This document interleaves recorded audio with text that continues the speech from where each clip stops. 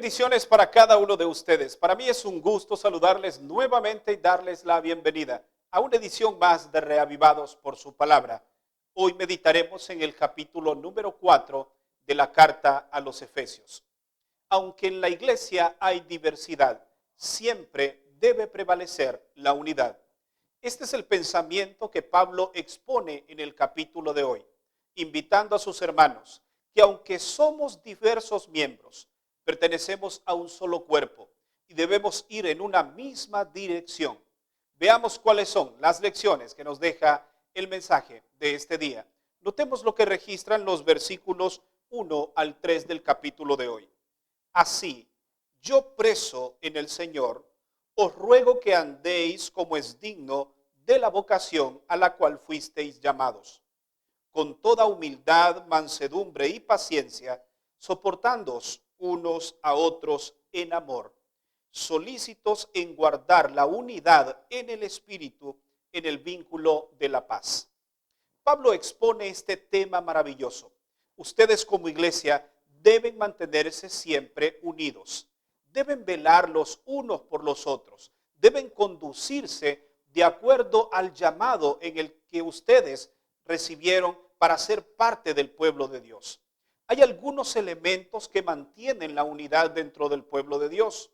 Pablo menciona al menos 6 de ellos. El primero, la humildad. El segundo, la mansedumbre. El tercero, la paciencia. El cuarto, la tolerancia. El 5, el amor. Y el número 6, la paz. Cuando practicamos estos 6 elementos, entonces podemos decir que somos una iglesia unida. Ese es el deseo que Dios tiene. Cuando Pablo plantea este tema de la unidad, no lo hace únicamente refiriéndose a la iglesia de Éfeso.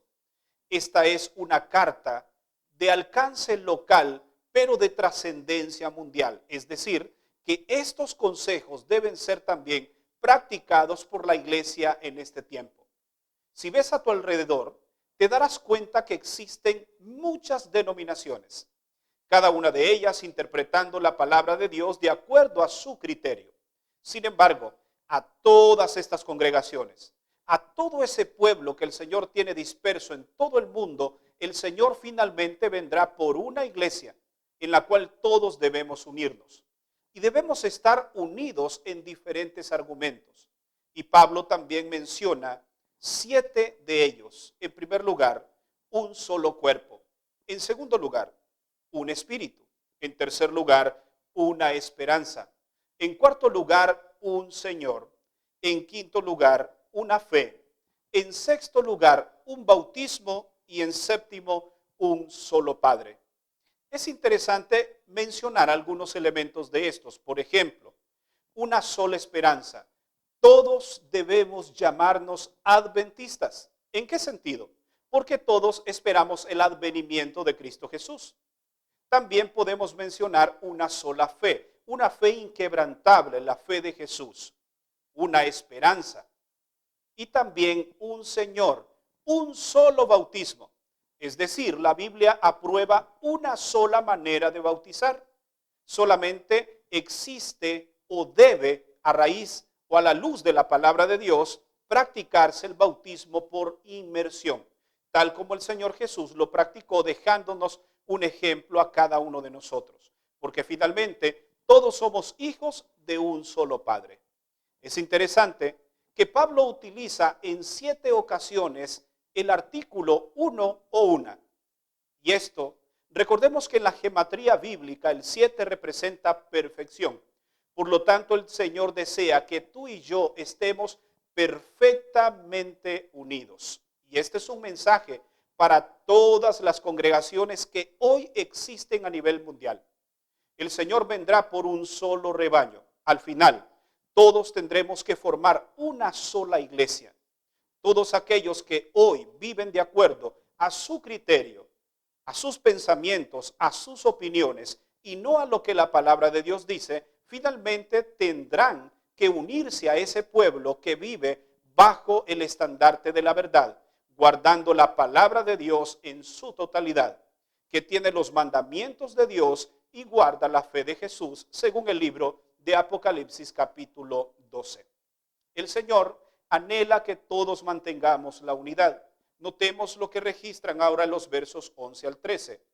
Él mismo dio a unos ser apóstoles, a otros profetas, a otros evangelistas, a otros pastores y maestros, a fin de perfeccionar a los santos para desempeñar su ministerio para la edificación del cuerpo de Cristo, hasta que todos lleguemos a la unidad de la fe y del conocimiento del Hijo de Dios, a un estado perfecto, a la madurez de la plenitud de Cristo.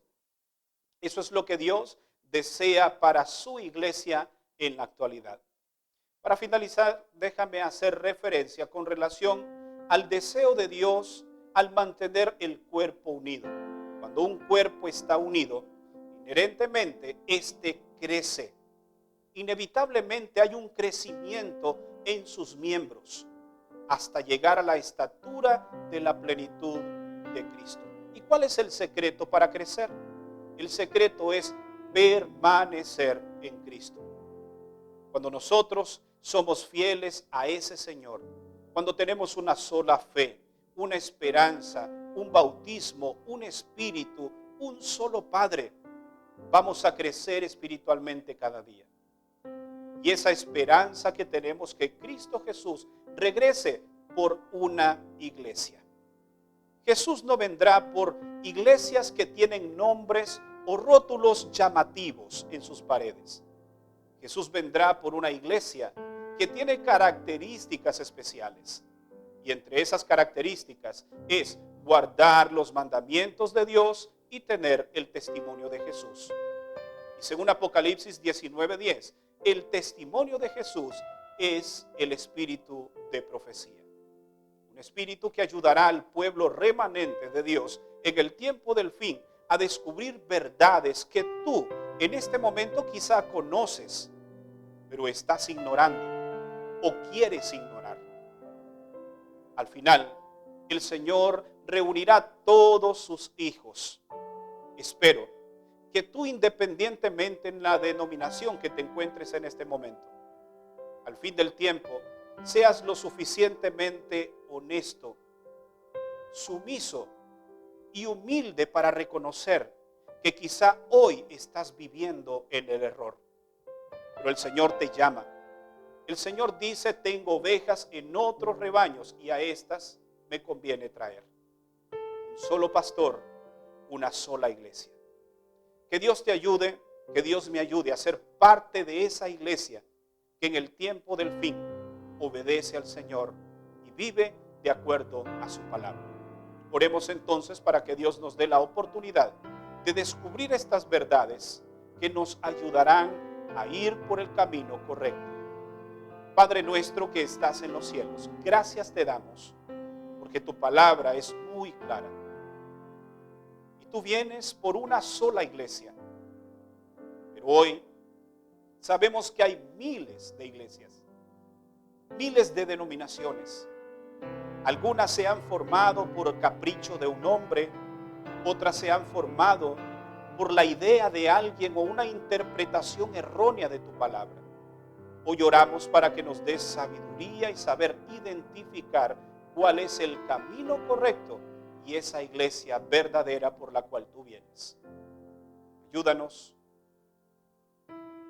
a recibir tu palabra en nuestro corazón y a ser lo suficientemente dóciles de carácter y de espíritu para dejarnos guiar, no por lo que otros nos digan, sino por lo que la palabra de Dios expone. Te lo pedimos en el nombre de Jesús. Amén. Gracias por habernos acompañado en la meditación de este día. Recuerda que mañana estaremos nuevamente aquí para una edición más de Reavivados por su palabra. Que Dios te bendiga.